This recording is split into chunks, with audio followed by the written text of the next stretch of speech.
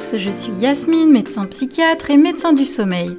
Je vous retrouve ici pour vous parler de sommeil. Je vous partage des infos claires et des astuces adaptées, applicables au quotidien pour qu'à la fatidique question « Alors, bien dormi ?», chacun puisse enfin répondre à un vrai et sincère oui le plus souvent possible.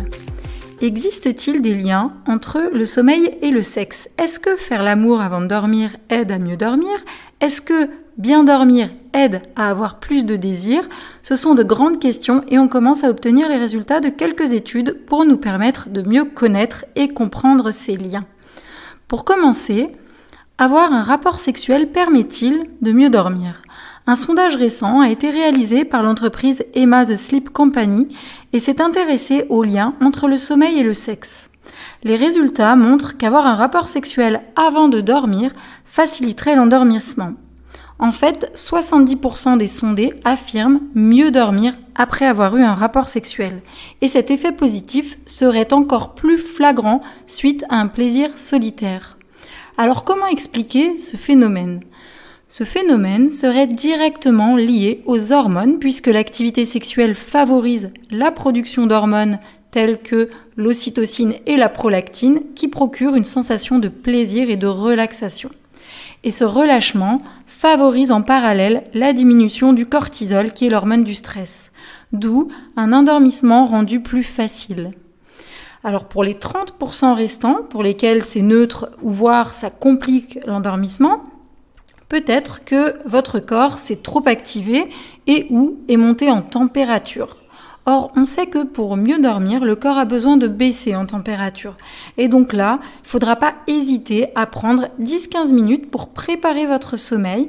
Ça peut être prendre une douche fraîche, bouquiner un peu, faire quelques étirements ou toute autre chose que vous sentirez bonne pour vous amener à bâiller et vous donner envie de dormir. Alors maintenant, on va voir que le lien entre sexe et sommeil serait en quelque sorte un cercle vertueux. On a vu que potentiellement, un rapport sexuel peut améliorer nos nuits, et donc maintenant, on va voir que bien dormir serait bénéfique pour notre vie sexuelle.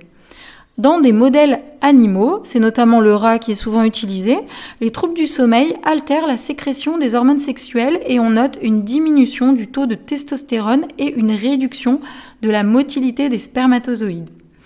La privation de sommeil altère également le comportement sexuel des rats mâles qui avaient auparavant un excellent comportement sexuel. Et donc l'effet de la privation de sommeil sur la performance sexuelle a été caractérisé par une augmentation de la latence pour initier le comportement sexuel et une diminution du taux d'éjaculation et de rapport sexuel. Ces effets observés ont été considérés comme représentatifs d'une baisse de la performance sexuelle.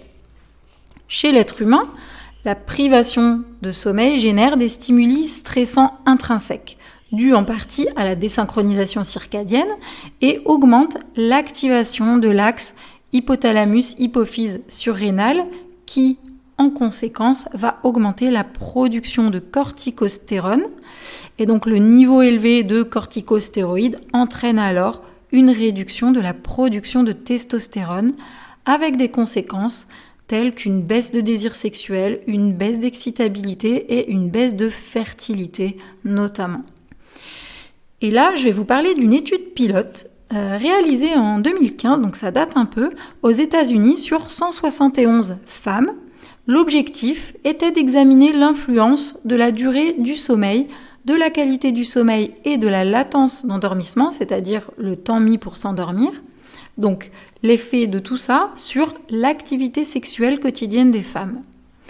Cette étude a inclus 171 femmes qui se sont rendues au labo de recherche et ont répondu à un certain nombre de questions et questionnaires. Et ensuite, de retour chez elles, elles ont dû répondre à des questions en ligne tous les matins pendant 14 jours consécutifs.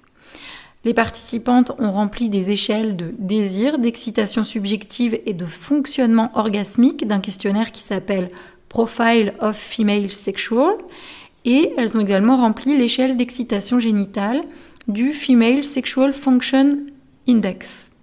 Et elles ont dû également indiquer si elles avaient une activité sexuelle avec un partenaire ou bien si elles s'auto-stimulaient. Donc les résultats ont montré 4 choses principales. La première, une durée de sommeil plus longue était liée à un désir sexuel plus important le lendemain. La deuxième, une augmentation d'1 heure de la durée de sommeil correspondait à une augmentation de 14% des chances d'avoir une activité sexuelle en couple. Par contre, une durée de sommeil plus longue prédisait une moindre excitation génitale le lendemain, alors même qu'on avait vu au premier point que par contre le désir, lui, était augmenté. Mais le 4e point nous dit que finalement, ce qu'il faut retenir, c'est que les résultats ont montré que les femmes ayant une durée moyenne de sommeil plus longue, donc durée moyenne et non pas une nuit plus longue parmi d'autres nuits plus courtes, donc les femmes ayant une durée moyenne de sommeil plus longue ont rapporté une meilleure excitation génitale que les femmes ayant une durée moyenne de sommeil plus courte.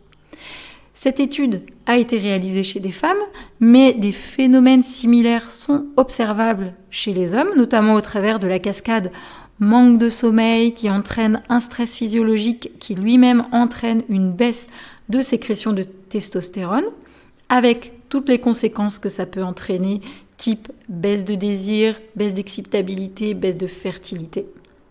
Voilà, donc en conclusion, pour aujourd'hui, on peut retenir 2 choses principales.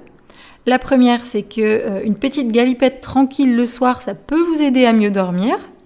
Et la deuxième, c'est qu'un sommeil suffisant et de bonne qualité est important pour avoir du désir sexuel, avoir une bonne réponse d'excitation génitale, c'est-à-dire plus de facilité à atteindre l'orgasme, et ça augmente également la probabilité de s'engager dans une activité sexuelle en couple.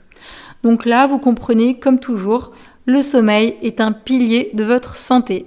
Donc prenez-en soin. J'espère que cet épisode vous a intéressé. Si vous pensez que ça peut intéresser du monde autour de vous, parlez-en et n'hésitez pas à noter le podcast et même mettre un petit commentaire pour augmenter sa visibilité.